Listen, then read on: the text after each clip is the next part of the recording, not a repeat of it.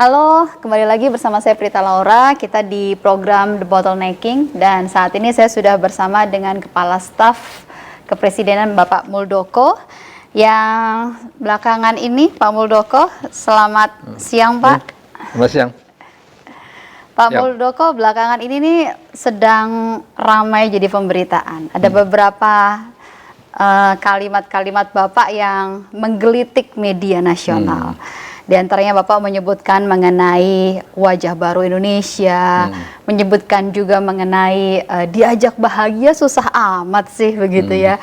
Kemudian juga Bapak bicara juga soal ya mengenai komunikasi publik Undang-Undang Cipta Kerja, Presiden memarahi jajaran kementerian begitu Pak. Nah ini hal-hal yang mau kita gali lebih lanjut mengenai hal ini Pak. Pertama saya mau ke komunikasi publik terlebih dahulu Pak. Apa yang dilakukan KSP saat ini digenjot dalam peran KSP sebagai orkestrator komunikasi publik dari Presiden? Persoalan koordinasi itu mudah diucapkan tapi begitu cukup pelik untuk dilakukan.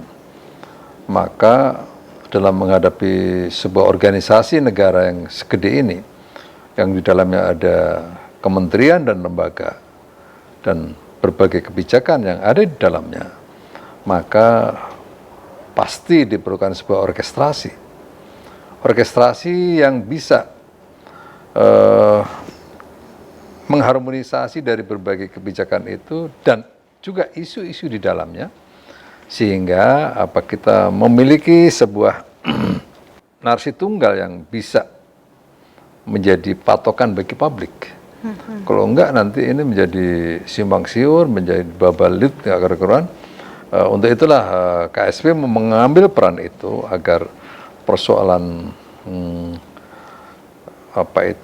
bagaimana mengorkestrasi dan menyiapkan narasi tunggal agar mudah dipahami oleh publik, itu diantaranya seperti itu. Saya melihat KSP ini juga cukup rajin ke daerah ya, keliling-keliling ke daerah begitu, termasuk juga Bapak juga begitu ke daerah. Apakah ini dalam rangka juga untuk mengorkestrasi komunikasi sampai ke daerah Pak? Ya, kebijakan-kebijakan itu memang perlu satu adanya upaya input ya dari publik sebelum kebijakan itu diambil, memang perlu input. Untuk itu penjaringan input adalah penjaringan kalau di militer mengenal namanya istilah belanja masalah. Belanja masalah itu untuk mendapatkan berbagai masalah yang ada dalam publik, dalam masyarakat, kumpulkan dan dari situlah pertimbangan sebuah kebijakan itu dikeluarkan. Itu dari sisi prosesnya. Input sangat penting. Ini juga dilakukan oleh KSP. Kita mendengarkan berbagai keluhan, berbagai masukan publik, berbagai hambatan atau mungkin juga itu bottleneck yang berjalan dalam sebuah situasi berjalannya proyek nasional strategik ya. Maka kita berada di situ dan kita menyerap semuanya agar kita memahami betul apa yang sedang dipikirkan oleh rakyat. Yang kedua, sedang apa yang dijalankan oleh rakyat yang dirasakan tidak nyaman dan lain-lain. Nah itu di situ KSP mendengar. Berikut yang kedua adalah sosialisasi terhadap produk sebuah kebijakan. Ini juga perlu disosialisasikan. Kita kemarin KSP mendengar itu mensosialisasikan produk Undang-Undang Nomor 11 2020 tentang Undang-Undang Cipta Kerja ya. Tetapi kita juga mencari input lagi di samping sosialisasi atas output, tapi juga kita mencari input karena kelanjutan dari undang-undang itu adalah pembuatan peraturan pemerintah ya, PP dan Perpres. Kita masih mendapatkan masukan-masukan itu sehingga keluhan-keluhan dari publik khususnya teman-teman pekerja yang belum terakomodasi dalam undang-undang itu, insya Allah nanti bisa terakomodasi dalam peraturan pemerintah gitu ya. Berikutnya kegiatan ini juga menarik ya. Saya sendiri sering turun seperti itu. Dan saya senang anak-anak KSP walaupun muda-muda sudah mulai punya kesabaran ya di dalam berkomunikasi dengan publik. Saya lihat video juga gitu, ada yang menolak, resisten, tapi anak-anak saya bisa menghadapi dengan tenang. Ini saya senang ya, karena masih muda-muda itu biasanya sama-sama emosi, tapi dia bisa mengendalikan diri dengan baik ya, dia bisa berkomunikasi secara lancar gitu ya. Ini bagi anak-anak KSP sebuah hal baru ya. Mudah-mudahan ini nanti menjadi bekal. Jadi pemimpin itu tidak mudah. Begitu. Iya, jadi pemimpin tidak mudah. Selain jadi pemimpin tidak mudahnya juga, pemimpin diharuskan untuk memiliki sebuah visi yang jauh ke depan. Nah, Bapak juga sempat menyebut mengenai wajah baru Indonesia yang memang ingin dituju oleh Presiden beserta jajarannya saat ini. Apa sih Pak sebenarnya wajah baru itu? Dalam konteks wajah baru Indonesia, Presiden memiliki concern yang sangat tinggi menuju ke sana ya. Setidaknya ada beberapa hal yang diperjuangkan oleh Presiden, yaitu bagaimana satu, agar warga negara Indonesia memiliki harga diri yang cukup tinggi, memiliki pride sebuah bangsa. Inilah gua dari Indonesia.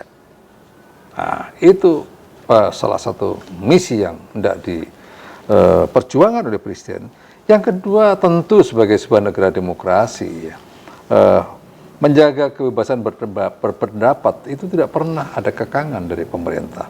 Ada sebagian dari masyarakat kita masih belum puas dengan kondisi demokrasi di Indonesia. Tapi yang ingin kami tegaskan, kurang seperti apa lagi demokrasi yang kita nikmati saat ini.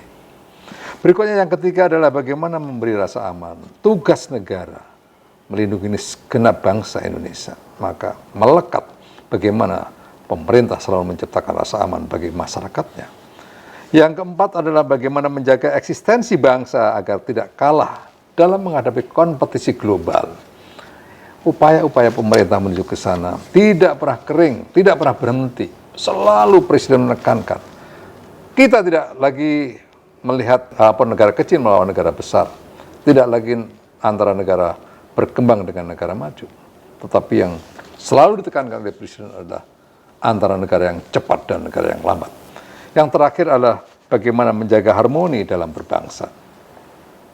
Hadirin sekalian, kita semuanya paham bahwa dalam situasi negara saat ini, di mana kepentingan kelompok parsial itu selalu mengedepan. Untuk itu, membangun sebuah harmoni bangsa adalah tugas kita bersama. Perlu kesadaran nasional, tidak boleh berhenti, dan itu harus diperjuangkan. Saya yakin masyarakat Indonesia memiliki keinginan yang sama menuju ke sana. Itu yang dipikirkan oleh Presiden. Ini bangsa ini sering paradoks ya, gitu.